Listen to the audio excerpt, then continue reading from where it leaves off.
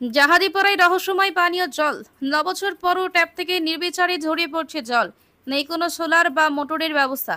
আলিপুরদুয়ার জেলার বীরপাড়া মাদারিহাট ব্লকের রাঙালিবাজনা গ্রাম পঞ্চায়েতের অন্তর্গত জাহাদিপাড়া গ্রামে আজও একটি অদ্ভুত ঘটনার সাক্ষী থাকছে স্থানীয় বাসিন্দারা। প্রায় 9 বছর আগে বসানো হয়েছিল একটি রেড বল পানীয় জলের কল। তখন থেকে কোনো রকম বৈদ্যুতিক সংযোগ ছাড়াই, কোনো মোটর বা সোলার পাম্প ছাড়াই সেই কল থেকে প্রতি বছর 12 মাসই অবিরামভাবে জল পড়ছে। এই জল পড়ার রহস্য আজও কেউ স্পষ্টভাবে ব্যাখ্যা করতে পারেননি। স্থানীয়দের মতে, এত বছর পরেও নিরবিচ্ছিন্নভাবে কল থেকে জল পড়া শুধুমাত্র বিস্ময়কর নয়, বরং উদ্বেগের বিষয়। কেননা এই পরিমাণ জল নষ্ট হওয়া একদিকে পরিবেশগত দৃষ্টিকোণ থেকে ক্ষতির কারণ, অন্যদিকে পানীয় জলের অভাবগ্রস্ত এলাকার অন্য একটি ব্যর্থ পরিকল্পনার ছবি ডিএল নিউজের ক্যামেরা বন্দী করেছে সেই দৃশ্য, যেখানে দেখা যাচ্ছে দিনের পর দিন, মাসের পর মাস, বছরের পর বছর একটানা জল পড়েই চলছে।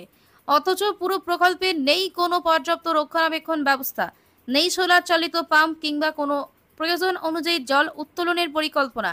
এই ব্যাপারে স্থানীয় প্রশাসনের কি ভূমিকা এবং এত বছরের এই জলের অপচয় নিয়ে তারা কি পদক্ষেপ নিয়েছেন, তা নিয়ে এখন প্রশ্ন উঠছে জনমনে। এই ঘটনার সঠিক তদন্ত, যথাযথ ব্যবস্থা গ্রহণের দাবি তুলেছেন এলাকাবাসী।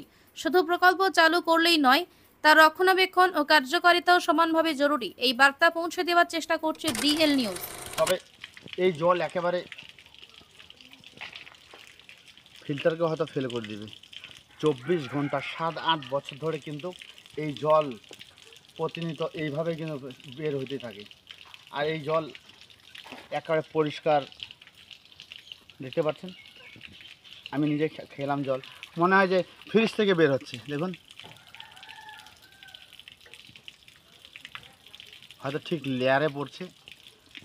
আর এই এই এলাকার মানুষ হয়তো সত্যতা আছে, তার কারণে হয়তো জলের অভাব নাই। সংকট বিভিন্ন এলাকায় জলের নিকাশি নালা বা জোয়ার ভাটাগুলো শুকিয়ে যাচ্ছে, কিন্তু এই এলাকায় জল একেবারে মিনারেল ওয়াটারকেও ফেল করে দিবে। দেখুন,